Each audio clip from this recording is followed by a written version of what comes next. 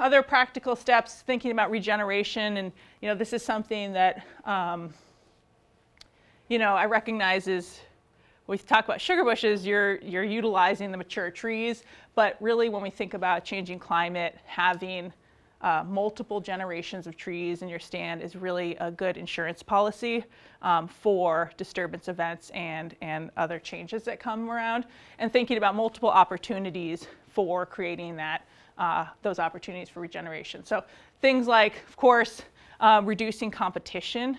This can be a big thing if you have a lot of beech sprouting. As we saw in that other example, hay-scented fern can be a really big problem in sugar bushes, especially in historic ones where maybe there's really large sugar maples. I've seen this many times, widely spaced, because they were really focused on, that's a time when probably folks used buckets, and it made sense to have focus on large sugar maples. And then there's just huge areas of hay-scented fern and nothing coming up.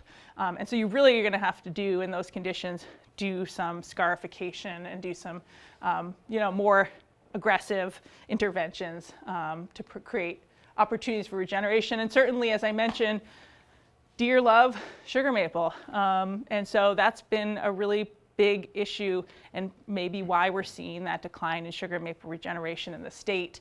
I would think it's a number of factors, but certainly many of us are out in the woods, that sugar maple and deer go hand in hand. But thinking about, keeping good seed producers on your property is really important. That's the source of that next generation of seed. And keeping a diversity of them. When we think about management, what really works well based on research for sugar maple is releasing established regeneration, right? It's a very shade-tolerant species. If you already have saplings in the understory, thinking about places where you can release those saplings. And so, 10th to a 20th of an acre openings to release those. You can also consider thinning between those, or using crop tree release is a great option. You want to be not too aggressive, because there is implications for sort of wind throw and wind damage if you're opening things up too much. But really focusing on creating those that age diversity is really going to benefit you.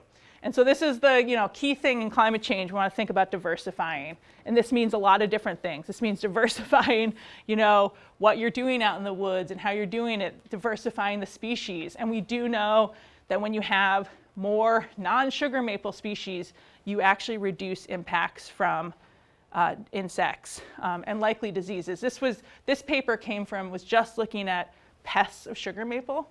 And if you had 25% non-sugar maple species, the impacts to the stand were a lot less. And it wasn't just impacts to the sugar maple, but when you have different species, they sort of act as brakes to allow that insect to move. You don't get those big population booms in insects.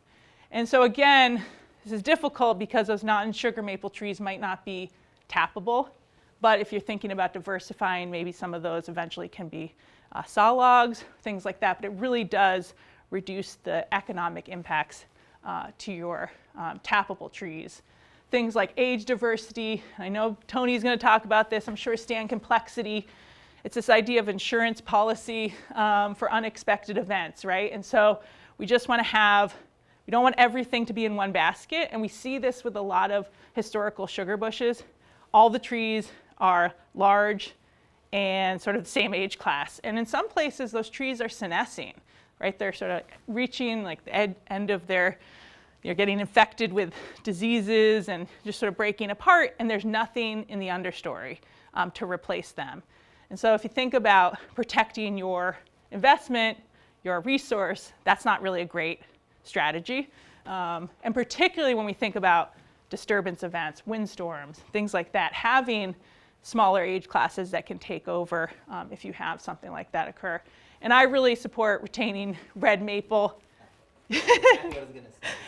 Is really important, and that adds in that diversity. Remember I mentioned that red maple less likely to be impacted from many of the pests, and so that can be a really good strategy because you can tap it, plus it gives that diversity. And the last thing is thinking about is monitoring. And this is really critical too because we don't know exactly what's going to happen, but thinking about ways to take note of changes. And usually sugar makers are really good at this because they're noting yields and number of taps every year. So also take note of things you see in your stand, regeneration patterns, when you have good seedling yields or failures, stressors and timing of those stressors.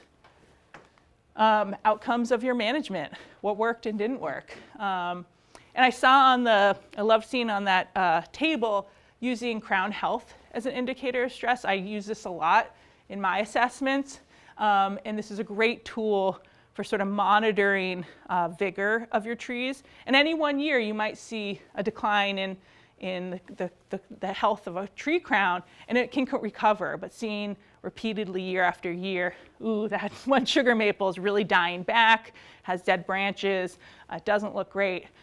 What we've seen from research is those trees, are sort of on their way out. Photos can be a good way to monitor too.